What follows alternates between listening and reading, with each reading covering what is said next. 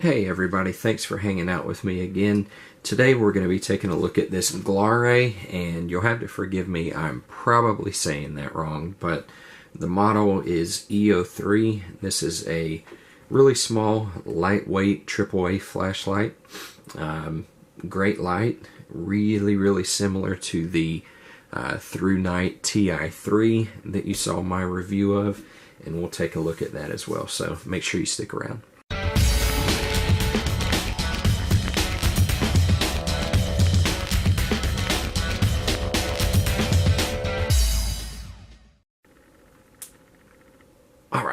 Like I said, this is the Glarei. Again, don't know if that's really how it's pronounced or not, but the model is E03. Like I said before, AAA powered flashlight. Good quality product from what I can tell. Don't have any complaints or issues about it thus far. Granted, this is kind of a initial impressions video. I haven't really spent a tremendous amount of time using it or anything, so that could possibly change, but let's go ahead and take a look. As you can see, it obviously comes in this little tin, which is pretty cool. You can obviously take everything out and convert it into a little survival tin with a ranger band if you wanted to, so we'll set that aside. Here is our manual. Basic stuff, set that aside, and like I said before, really similar to the Thrunite Ti3, and that's even for the accessories as well. So do have a spare O-ring and then the exact same type of keychain, so if you wanted to use this as a keychain light, you certainly could. Light itself, and then the tin. So let's set everything to the side. Go ahead and take a look at the light itself.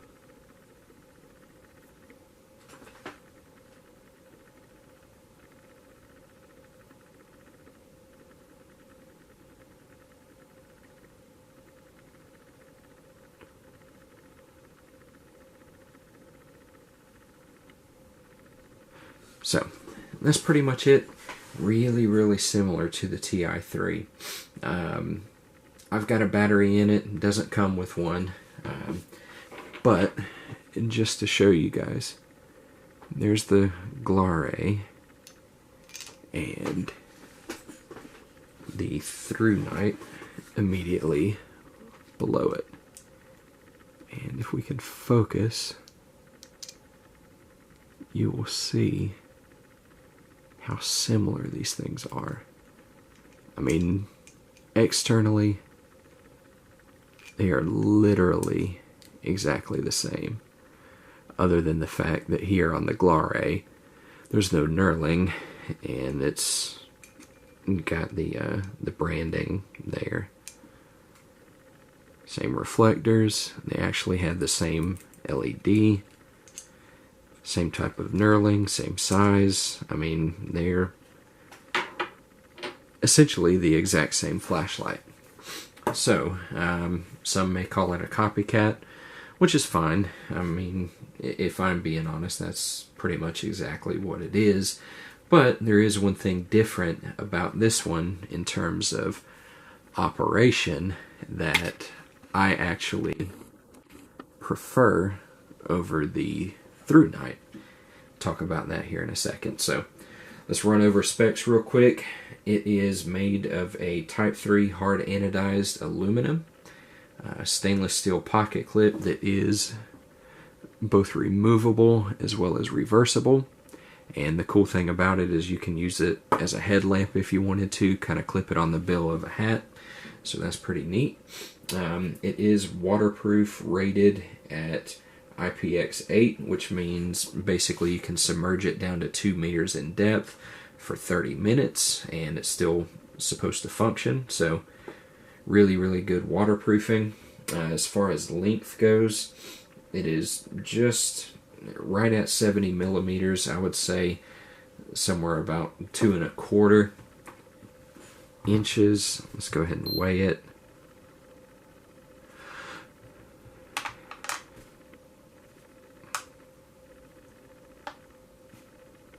Shockingly, it's exactly the same weight as the Ti3. So 0.8 ounces. Sorry, I don't even know if that was in frame. Let's try again. There we go. 0.8 ounces. So super lightweight, which obviously is fantastic. Maximum output, it says, is 150 lumens. Here's my struggle with that though. Uses the exact same type of LED as the Thrunite, which is the Glarei XPG2 R5. Same kind of battery, but it says it has an output of 150 lumens. Don't really know if that's true. I am going to do kind of a side-by-side between the two, and we'll check that out, but that'll be another video. But again, it does claim 150 lumens. And that's pretty much it in terms of specs. It does have essentially the same operating method as the Ti3, just slightly different. And I'll show you that here in just a second. But it is a twist bezel activation, so no button on the tail cap, so you can tail stand, which I know a lot of us like. So to use the light, you're going to do the exact same thing as the Ti3. It is a twist bezel. So here's our low mode. Low, or actually they call it moonlight. Moonlight is 0.1 lumens. You get 120 hours of runtime. Me personally, I think this is a little higher than 0.1 lumens. Obviously I could be wrong, but think it's a little bit higher than that. Here's your low setting. Low is 15 lumens. You get 6.5 hours of runtime. High, 150 and half an hour of runtime. So, as far as operation goes, low, or moonlight rather, low, high, and then it starts back over.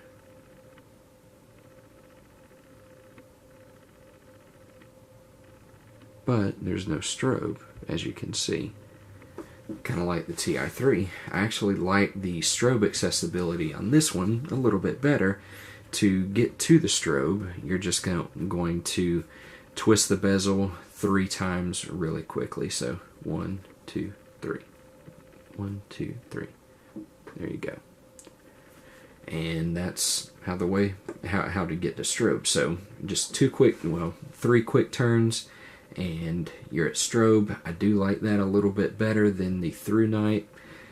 Obviously, I think that's just kind of personal preference, but that's obviously my opinion. That is just about it for operation of the light.